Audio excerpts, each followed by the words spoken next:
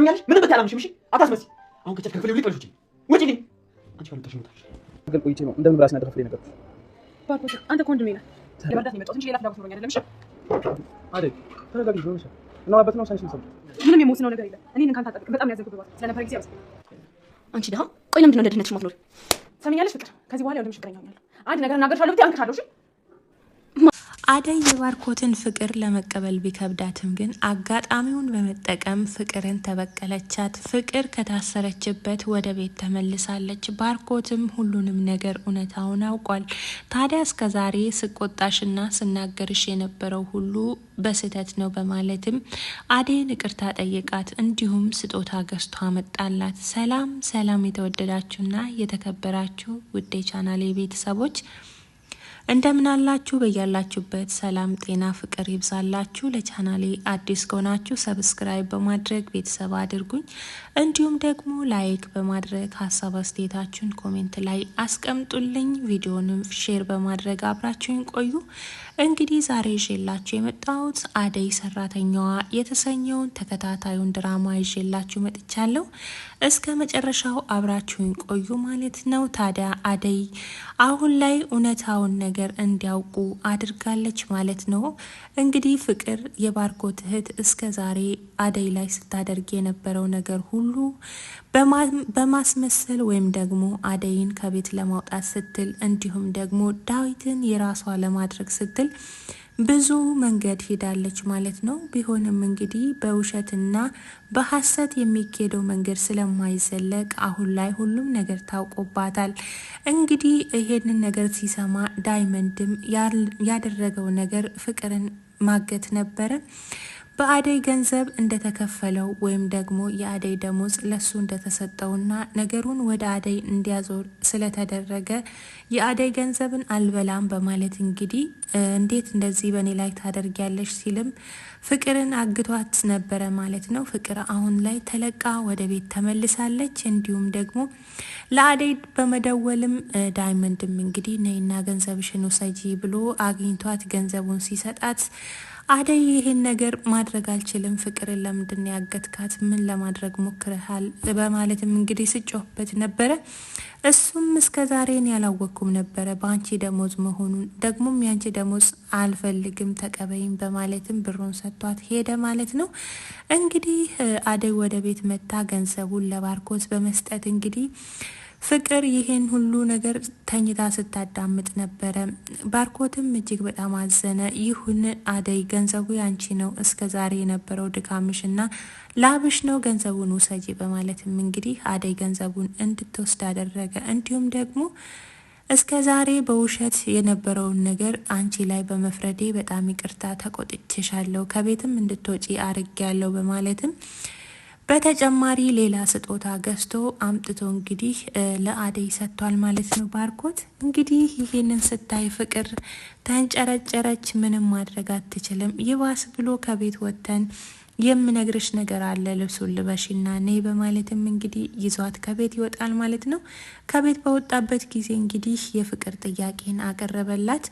ይህንን በጭራሽ መቀበል አልቻለችም። አደይ እኔ እዚህ ቤት የመጣሁት ራሴን ለመቀየር ነው፣ ደግሞ አንተ ወንድሜ ነህ ብዬ አንድ ሚስጥር ሳይቀር ዘርግፌ ነገርኩ፣ እንዴት እንደዚህ ትለኛለህ? በማለትም እንግዲህ ተቆጥታ ወጥታ ትሄዳለች ማለት ነው።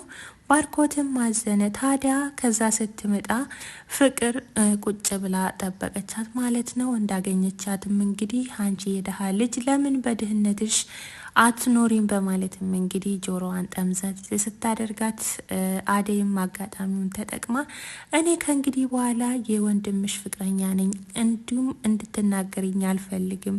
እዚህ ቤት ውስጥ እኔም ሆንኩ አንቺ እኩል የማዘዝ መብት አለን ትላለች አደይ። ታዲያ ይህንን ሲሰማ ዳዊት ከኋላ መጥቶ እጅግ በጣም ተደናግጦና አደይ ምንድነው እያልሽ ያለሽው? እየቀለዳችሁ አይደለም አይደል አንቺና ባርኮት? በማለትም ይጮሃል ማለት ነው።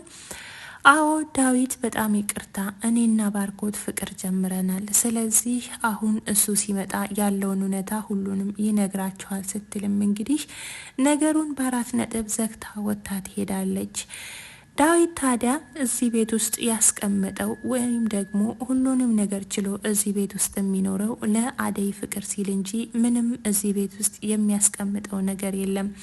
በተደጋጋሚም ሊዱ እህቱ እንግዲህ ይህን ቤት ለቀን እንሂድ ስትለውም አልሄድም በማለት እንግዲህ አደይን ብሎ እዚህ ቤት ውስጥ ቆይቷል። አሁን ላይ ታዲያ ዳዊት ይሄን ነገር ሲሰማ ለእሱ ከባድ ነው። አደይን በጣም ይወዳታል። ፍቅር ደግሞ ዳዊትን በጣም ትወደዋለች። ዳዊትንም ለማግኘት ነው ይሄን ሁሉ አደይ ላይ የምታደርገው። አደይ ግን ከማንም ፍቅር አልያዛትም። ምክንያቱም እሷ ቤተሰቦቿንና ራሷን ለመለወጥ ወደዚህ ከተማ የመጣችው እንጂ ፍቅር ለመጀመር ከሰው ጋር ለመኖር አይደለም። ታዲያ አደይ ይሄን ሁሉ ነገር ወደ ኋላ ትታ ስራዋን ብቻ ነበር የምትሰራው። አሁን ላይ ግን ፍቅርን አፍ ለማስያዝ ስለፈለገች ብቻ አሁን የወንድምሽ ፍቅረኛ ሆኛለሁ እንደፈለግሽ ልትናገርኝ አትችይም በማለትም አፏን አስይዛታለች። ታዲያ ፍቅር ከእንግዲህ በኋላስ ምን ታደርጋለች? መቼስ የሷ ተንኮል አይቋረጥም። እንዲሁም ሊዲያና ለምለምም እየተፋጠጡ ይገኛሉ ማለት ነው። በሌላው በኩል እንግዲህ ሊዲያና ለምለም ደግሞ ኤላ ቤት ሊዲያ ሁሌም በተደጋጋሚ ኤላ ቤት በመሄድ እንግዲህ ይሄን ነገር ስታይ ደግሞ ለምን እዚህ ቤት እንደምትመላለስ ግራ ይገባታል።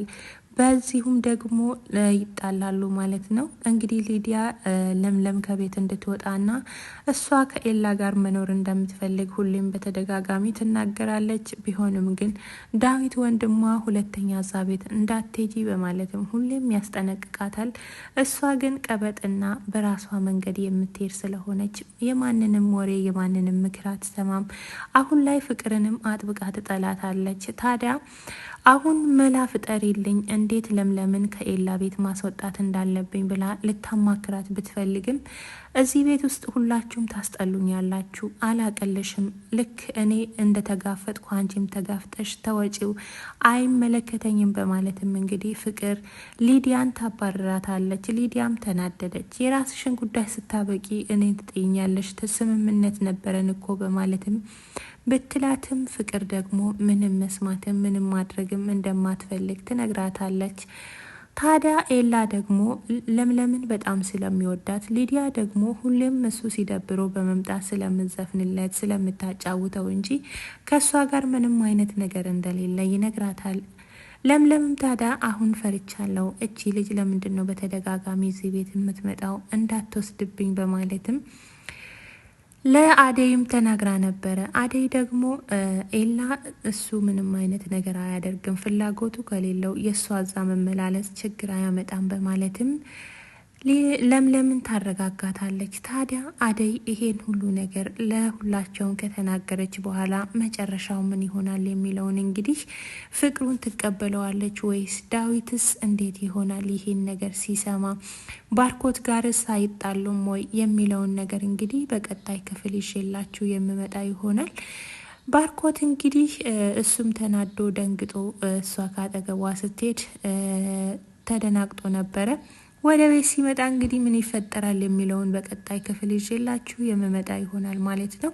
እስከዛው ድረስ ግን ቪዲዮውን ላይክ፣ ሼር በማድረግ ሀሳብ አስተያየታችሁን ኮሜንት ላይ እያስቀምጣችሁልኝ በቀጣዩ ቪዲዮ ይዤላችሁ እስከምመጣ በያላችሁበት ሰላም፣ ጤና፣ ፍቅር ይብዛላችሁ። ሁልጊዜም እንደምለው ስለምትሰጡኝ ሀሳብ አስተያየት ስለምትሰጡኝ ድጋፍ ሁሉ ከልብ አመሰግናለሁ። ሰላማችሁ ይብዛልኝ።